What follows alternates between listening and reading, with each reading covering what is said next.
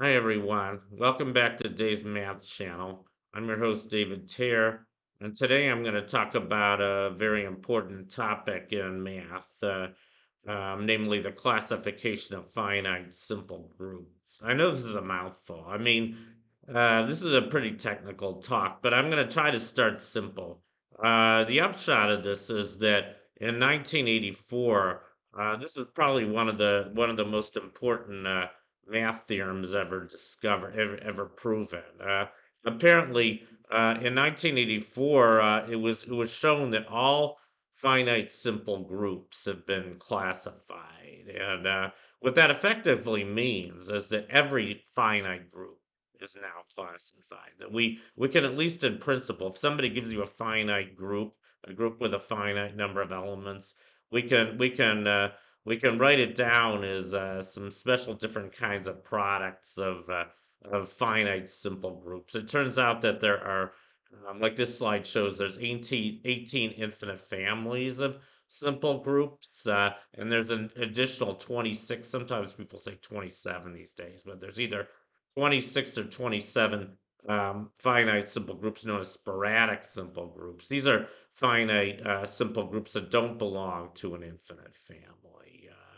So anyway, those are all the finite simple groups. And um, here's another slide that this is a better slide because this one shows you the symbols correspond to their names and kind of what they are. So let me just go over this slide because I think this is a little bit easier to understand what's going on. So on the left, on the upper left, there's this thing that says ZP. Now, ZP is the simplest simple group. These are just cyclic groups of prime over some prime order. Sometimes people use the symbol C instead of Z, but those are very easy groups to think about. For instance, the hours on a clock. There's 12 hours on a clock, and those form the group Z12. So you can just think of ZP as like a necklace with P beads going around, and it turns out that P has to be prime. It's not simple unless P is prime, because otherwise you can write it as a product of simpler groups. I'll get more into that later. And then the thing on the upper right, I think that's the next most simple of these simple groups. These are alternating groups, and people sometimes use the symbol just A, but I think nowadays I think people prefer the symbol ALT for alt. I'll get to these later too, but again, this is another infinite family of finite simple groups, and it turns out that alt n, n is kind of the order of these are permutation groups. I'll get into that later, but as long as n is greater than or equal to 5, these alternating groups are simple. It turns out that if n is 1 to 4, then they're not simple, or 2 to 4. I don't know if you can find for 1, but anyway, those are the two simplest of the simple groups, ZP and alt n. And then you've got these 16, these are called groups of Lie type, the ones on the top middle. There's 6 of these. I'm not going to go through them all. These are called groups of finite simple groups of Lie type. And it turns out that they're all infinite families. And you can get them when it's something called Dinkum diagrams. I'm going to get to that later. I'm going to get to all this stuff later. But I'm just trying to show you what all the finite simple groups are. And the ones on the bottom here, these are what are called the sporadic groups, or sometimes people say sporadic simple groups. And in this picture, they show 27 of them. I think when I first learned about these things, most mathematicians said there were just 26. But I guess it turns out that there's one of these that doesn't quite fit in with the pattern of another one. So they've recently reclassified as another sporadic sporadic group. But anyway, these are all the finite simple groups on this picture. And anyway, now that's kind of a lot. I mean, like I said, this is a technical talk, so maybe I should try to start with some basics. So I don't know if you guys are familiar with group theory at all, but what is a group? That's a good place to start. Let's try to define a group. Well, a group is just a set with a operation on it. I mean, if you look at the upper left, you see this angular bracket thing. So it has two components. The thing that goes on the left is the set corresponding to the group, And the thing that goes on the right is the operators. So every group is a set with a binary operator. Usually people call it group multiplication, but it doesn't have to be multiplication. It could be addition or it could be composition. The point is it's a binary operator that acts on every pair of elements of the group. And then it's a group if it satisfies these four axioms in the upper right. This might be hard to see. I'll just tell you what they are. The first one's called closure. That says that if you have any two elements A and B of the group, then A times B, where the times is the group multiplication, is also the group. Sometimes people leave this one out because sometimes that just kind of goes without saying. It's just kind of put into the definition of this binary operator. But I actually prefer to see closure written as one of the axioms of group theory. So this is the first axiom. It has to be closed with respect to group multiplication, whether that's addition or ordinary multiplication or composition or however you want to define group multiplication. It has to be closed. The second axiom is what's called associativity. So if A, B, and C are any three elements of your group, then it shouldn't matter how you group the terms. You've probably learned associativity of addition and multiplication in grade school. It's the same idea. So you can group A and B first. You can write A times B in parentheses times C, and that should be the same as A times, and then you have the group product B times C in parentheses. So in other words, you don't really need to use parentheses when you're multiplying elements of a group. Associativity is a very nice property, by the way. There are some non-associative algebras.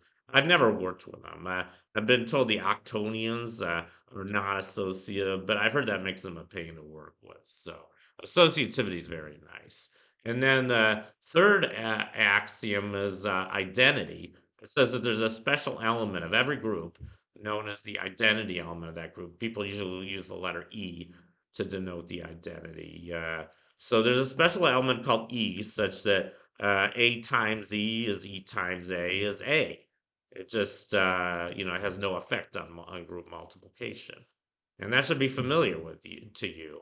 I'll go with some examples later. Though there's one final axiom, and that one is inverse. So every element of every group has a inverse. In other words, if A is any element of your group, there's another element which we write as A inverse, or A with a superscript of -1 to the right, such that A times A minus 1 or A to the -1 times A, those are both equal to the identity element, E.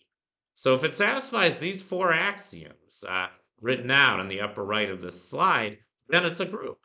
And it doesn't matter what the group multiplication is. I mean, here's some examples. Like the first example is R comma plus, and R means the real numbers. This is a letterbox R. I think you guys all know what the real numbers are. You learn them in grade school. So all this is saying is that if you have the real numbers and your group operation is ordinary addition, then this thing is a group. The real numbers do form a group, and you can check that yourself. And not only with respect to ordinary addition, but also with respect to ordinary multiplication. The second example, they grade R plus, and this is pretty important actually, because it turns out that the real numbers, if you include zero, then the real numbers are no longer a group with respect to multiplication. The reason that's true is because zero has no multiplicative inverse. 1 over 0 doesn't make sense. You can't divide by 0. But if you leave out 0, it becomes a group. And you could either do the positive in real numbers, just everything greater than 0, that's a group. And also, if you do all the non-zero ones, I don't think they show that one, but that's a group that's twice as large as the positive. You can include the negative ones too. The negative ones by themselves don't form a group, but the positive and negative, just all the non-zero reals form a group. And then there's three other examples. I'm not going to go through these other examples. It turns out rational numbers with respect to addition and multiplication form a group similarly.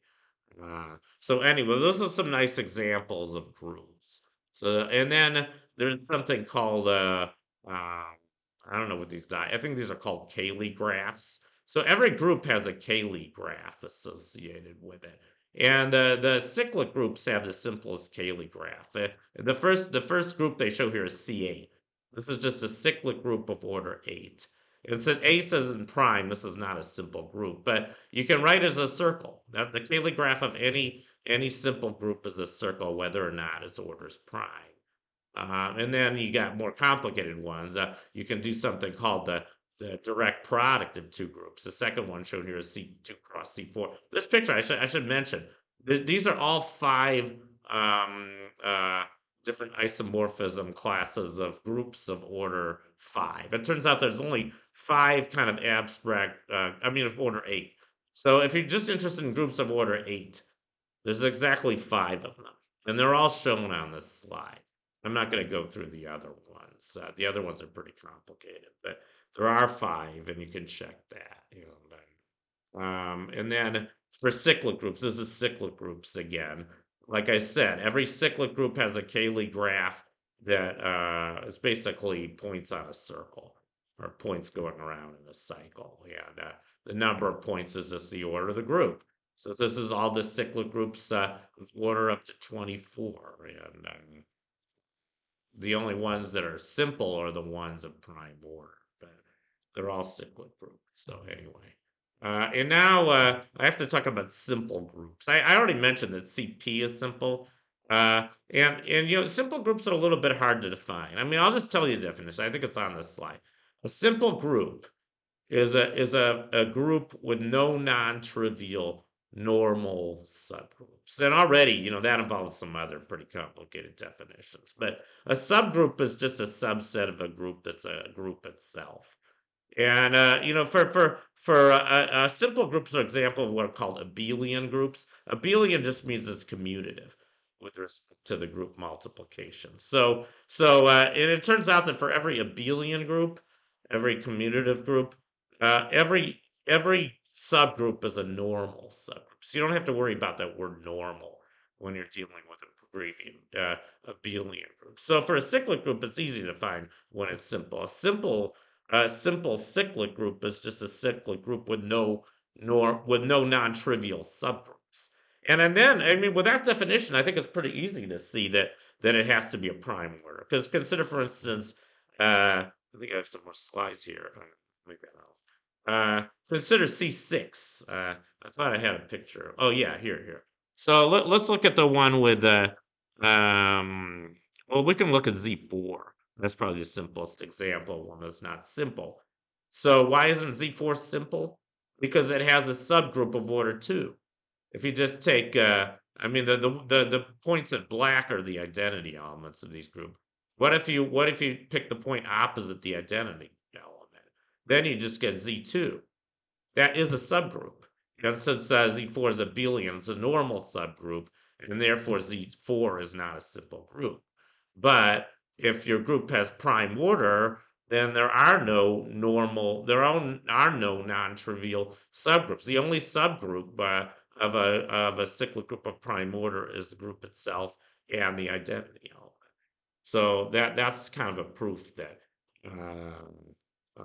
Zn is only simple if n is prime, if and only if. And it's more complicated with other kinds of groups because then you have to worry about normal subgroups. I'm not even going to define those. But like I said, the alternating groups are the second simplest example of simple groups. And you have to go to order 5 at least. And before I talk about alternating groups, I want to talk about permutation groups. An alternating group is an example of a permutation group. Permutation groups aren't too hard to understand. So these pictures on top are examples of permutations. Look at the first one. This looks like a matrix the way they've written. There's different ways you can write permutation. Just imagine you have 4 objects. It doesn't even matter what they are.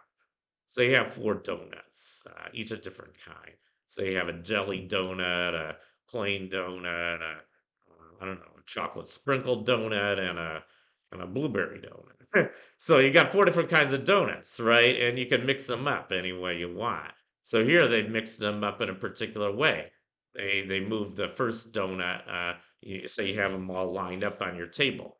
So you can I don't remember what the donuts were. I think the first was a jelly donut. So originally a jelly donut was on the left. You can move to the second position. Similarly, you can move the second one. I think that was the plain donut. You can move that to the far right. And then the third one, I think, was the chocolate sprinkled donut. You can keep that one where it is. Three doesn't move. The last one, I think that was the blueberry donut that you can move to the left. So that's just a way of mixing up the donuts. That's a permutation. It's a permutation of the donuts. And you can multiply it by another permutation. You can do two permutations in a row. And you actually have to go from right to left when you do that. Anyway, that's how you multiply permutations. And the product of any two permutations give you another permutation. These permutations form a group. And there's a couple ways you can look at it. You can represent these permutations as matrices, where the ones just correspond to the kind of new position you've moved it to. And then it just becomes a matrix multiplication. And so if you just want to, and you could do this for a bigger order. This is order 5. Now you got 5 donuts instead of just 4. And then if you're interested in all the possible permutations, say you were interested in all the possible permutations of 4 donuts. It turns out there's 24 of them. In general, if you had n objects, there's n factorial ways you can permute them. I think you guys know what factorials are. N factorial is just n times n minus 1 times n minus 2 all the way down to 1. And these grow very fast. 4 factorial is equal to 24. It's 4 times 3 times 2 times 1, which is 24. So this is a Cayley graph. This picture I'm showing you here is a Cayley graph of S4. S4 is the symmetric group of order 4. All that means is the group of all permutations, all possible for permutations for objects, of which it turns out there's 24. And these arrows show you how you can permute, like how these guys get multiplied. It's a pretty complicated diagram. I'm not even going to go through it, but anyway, that's the full symmetric group of 4 objects. But you don't have to have the full symmetric group. There's another thing called the alternating group. This turns out to have half of the permutations. It turns out, and I'm not going to go into this, but it turns out that you can classify all permutations of any number of objects, in this case 4. You can write them down as either even permutations or odd permutations.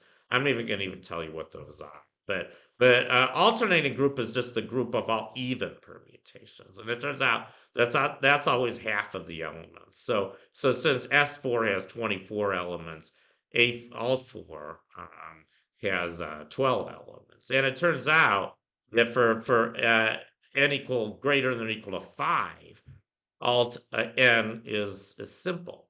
Alt 4 is not simple, unfortunately, but this is what's called the Cayley multiplication table of all 4.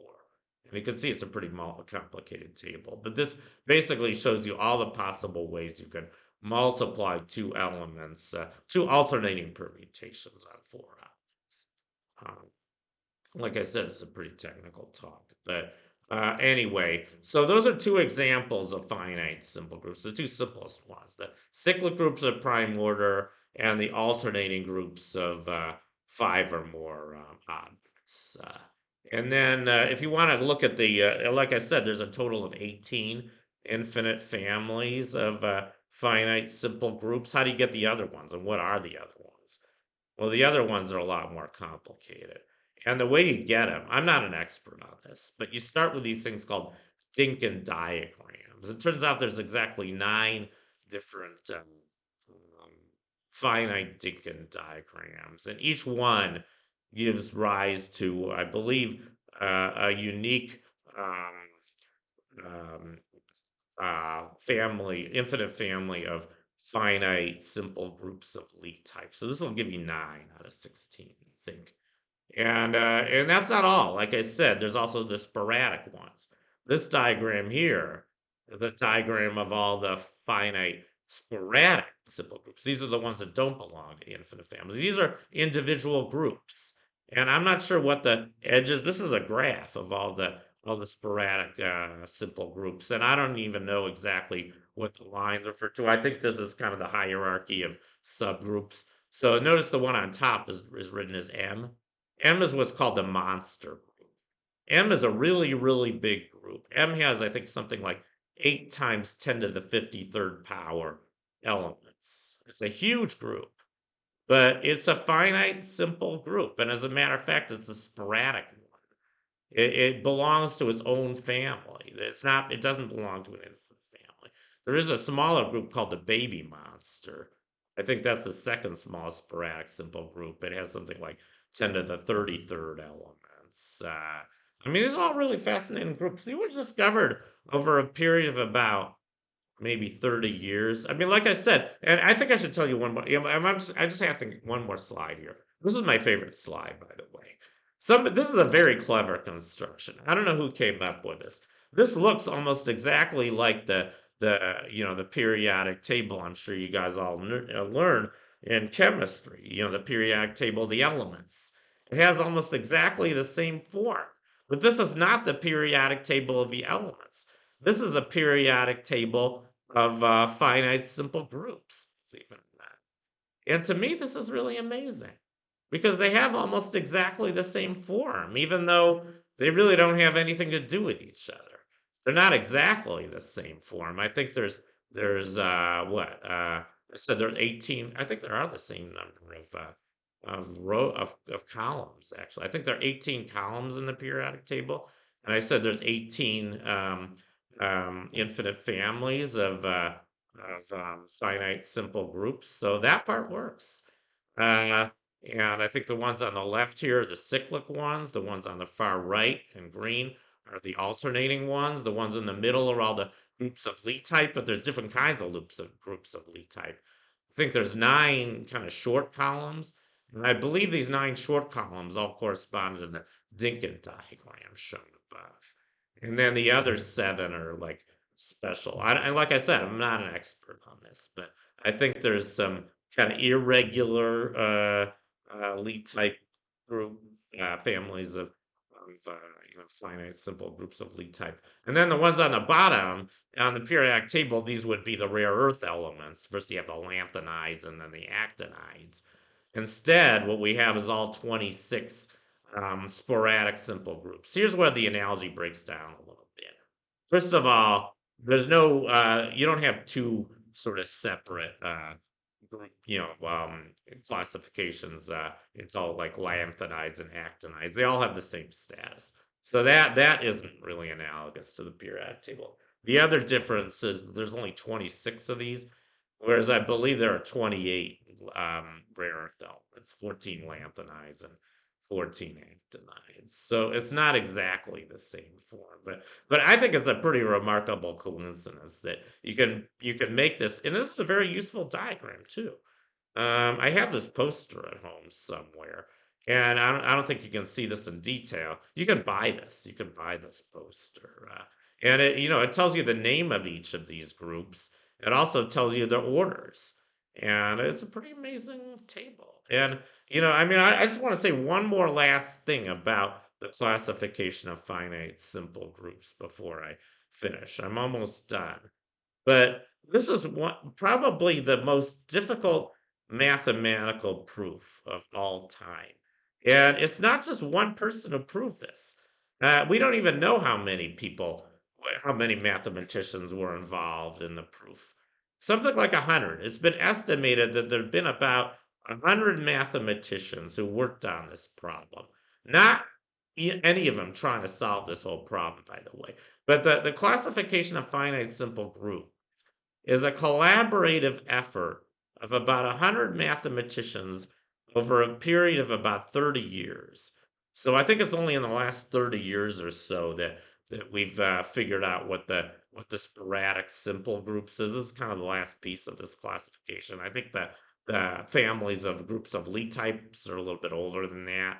I mean, people know cyclic groups for I don't even know how long. Group theory started in the early 19th century. So I think cyclic groups are probably known, uh, maybe around the turn of the 19th century, maybe a little bit later, 1820, 1830, I don't know, right after Galois and Beal. They were the two kind of pioneers of group theory. The ones on the right, the alternating groups, those have been known ever since group theory got started too. The ones in the middle, the groups of Lie type, I think these are a lot more recent. But so I think most of the work on this classification has been done since the 1950s. I think the groups of Lie type and the sporadic simple groups. I remember when the monster group was discovered. I think that was 1978. About, and I actually remember when the monster group was discovered. And then I guess they just had to put all the pieces together after that. Eventually, I think mathematicians realized that there were no more to be discovered. And, I think there are some mathematicians that are still skeptical about whether or not we've actually classified all finite simple groups. But I believe we have. I mean, my thesis advisor didn't. I don't know why he was so skeptical, but he didn't believe that all finite simple groups had been classified. And this was in the 90s. But I think they have. I mean, but the proof, so it took 30 years and 100 mathematicians to prove this. And we don't even know how long the proof is. The proof is a collection of uh, of uh, of like about 100 papers. I guess a paper by each of these mathematicians. And each of these papers is about 150 pages long. So it's been estimated that the total length of the proof of the classification of finite simple groups, this is insane, it's about 15,000 pages long. So there's no mathematician in the world that's ever been able to go through the entire proof and check that it's right. I mean, I don't know how anybody would be able to do this. I mean, I think there have been some mathematicians who thought maybe we could simplify the proof, but as far as I know, nobody has. This was proven in 1984. Now it's 2024, 40 years later. And as far as I know, I think the proof is just as complicated as it was 40 years ago. But I think it's a really, really remarkable result. I mean, to me, I think this is one of the most amazing mathematical results I know of. Even though it's horribly complicated and I don't even understand all the math myself, I think the fact that we've classified all finite simple groups, and this is kind of like the group theory analog of the fundamental theorem of arithmetic that says you can kind of think of these finite simple groups as like prime numbers. Not only do we know what they all are, but we know how to put them all together. We know how to multiply them all to get any finite simple group you want. So if somebody handed you a finite simple group, at least in theory, you could write it down as one of these exotic products of finite simple groups. In the same way as you can factor any positive integer into prime factors. I think that's really amazing. And that's why I think it's such an important result. But anyway, that's my talk for today on the classification of finite simple groups. I hope you enjoyed it. Thank you for watching and long live math. And I'll see you next time.